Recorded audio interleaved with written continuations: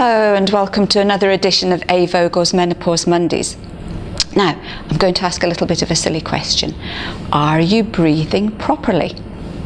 And I'm sure a lot of you will be going, I have no idea. Well, to be honest, it's not actually that much of a silly question. I quite often do a little bit of research. I look through books and magazines and papers to see if I can find some interesting subjects.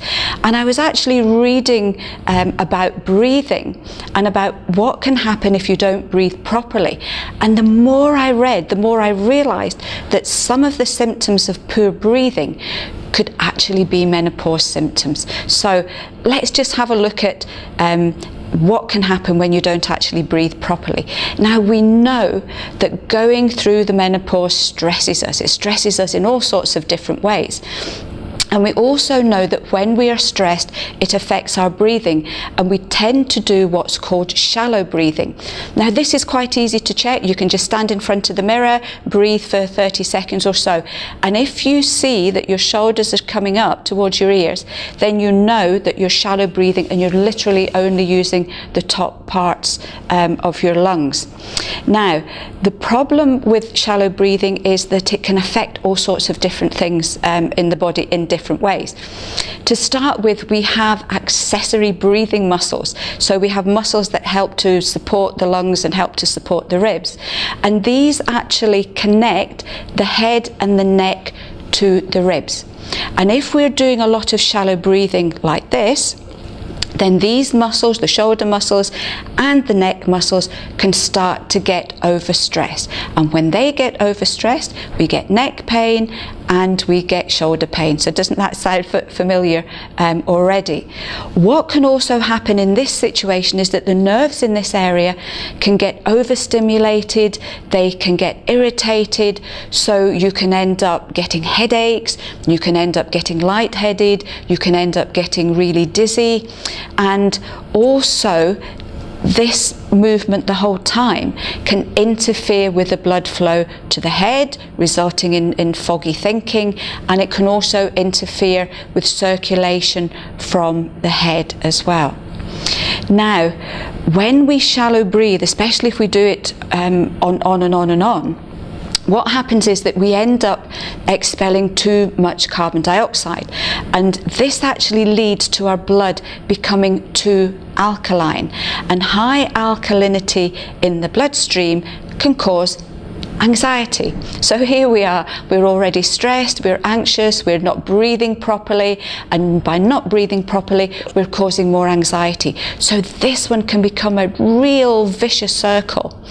We also know that alkalinity can make our nerves more sensitive, especially the peripheral nerves. So you might find that you're getting nerve pain in your fingers and your toes. You might be getting a bit of tingling down the arms. We also know that our pain perception can change. It can become much more sensitive. So for those of you that are getting things like joint pain, muscle aches and pains, then some of it can actually be intensified by the way that you're actually breathing.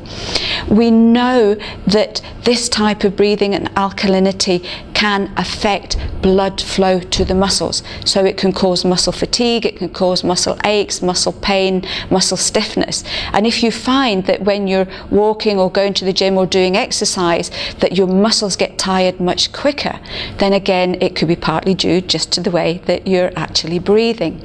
Now, poor breathing also affects the diaphragm, and the diaphragm is a big muscle that sits under the lungs, and as we breathe, the diaphragm moves up and down. And if we breathe properly, the movement of the diaphragm actually massages our digestive system, and this helps with our digestion and helps with our elimination. So if we're only doing very shallow breathing, then we're not going to get this action on the digestive system. This can lead to sluggishness, it can lead to bloating, it can lead to wind, and it can lead to constipation. And also, because of this action of the diaphragm in this particular area, it can create a vacuum, and that actually helps to keep the circulation growing from the feet back up to the heart. So if we're not getting this proper diaphragm movement, then that can affect the circulation. So we can end up getting burning feet, we can end up getting swollen ankles, we can end up getting sore legs. It could actually over time even lead to things like varicose veins. So again, you can see how important the way we breathe is to all sorts of things during the menopause. So what can you actually do to help your breathing? We'll do some simple breathing exercises, but the other thing to look at is check when you may not be breathing properly. And I know for me, I travel a lot through Glasgow to Edinburgh for work and for family reasons, and I began to notice that at a certain point about 5 miles outside the city centre of Glasgow, I always ended up getting a hot flush at exactly the same place.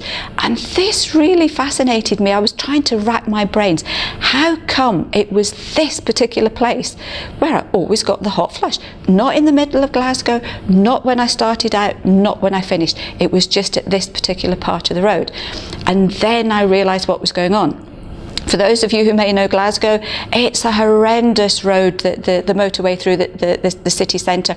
In some areas it's sort of 6-7 lanes, there's traffic coming in from all angles, you need to be looking everywhere, have eyes in the back of your head. And I realised that when I was driving there, I was holding onto the steering wheel for dear life, and I was holding my breath. I was so concentrating on all the traffic that I was forgetting to breathe. Once I was through that part, then I relaxed, but because I had not been breathing properly, maybe for 10-15 minutes, that was actually enough to trigger my nervous system, which then ended up in hot flushes. So if you're getting specific menopause symptoms at certain times of the day or in certain situations, then just have a look at how you're breathing and you may actually get a little bit of a clue. So why not do a little bit of breathing with me? I'll give you one nice exercise that you can practice that will help. The first thing is you need to be sitting in an armchair. Now I've only got one arm rest, but you would be sitting like this. This is to make sure, put a little bit of pressure on your forearms. This is to make sure that your shoulders are not moving in this exercise. The other thing that we do as ladies, we're terrible for wanting to hold our stomachs in, aren't we? You know, we do it all day. We want to look nice and slim round the waist, so we're walking around holding the stomach in. That will actually stop you from breathing properly. So for this particular exercise, I'm afraid I'm going to ask you to have to let it all go. We want this whole area to be relaxed. Breathe in slowly for a count of 1, 2, 3. And what you do is you start breathing from here. So this area needs to come out, and then you need to just slowly build up through the rest of the lungs. So you're breathing in for 1, 2, 3. Don't hold your breath, and then you breathe out slowly for 1, 2, 3, and do it through pursed lips as if you're just going to kiss somebody. And what you do is you start pushing the air out from the bottom of the lungs. So this is the point where you want to pull your stomach in to help to expel the air properly. And that's all you need to do. So it's breathing in deeply, 1, 2, 3, breathing out 1, 2, 3, and eventually try and build up the exhalation up to about the count of 5. And try and do that for about 10 cycles. If you feel you start to get dizzy, it's just an indication that your lungs are actually not used to you breathing properly. So just keep practicing it. This is a lovely one to help if you're getting anxiety or panic attacks. It's a lovely one to help to calm you down, and it's a nice one to try if you're having problems getting off to sleep. So I hope this has been of help. I certainly found it a really interesting subject, because I really wasn't aware that breathing could have such a big effect on menopausal symptoms. And if you do find any hints about why you were getting menopause symptoms because you weren't breathing properly, I'd love to hear them. So I'm looking forward to seeing you for another edition of A. Vogel's Menopause Mondays next week. But in the meantime, breathe well and breathe deep.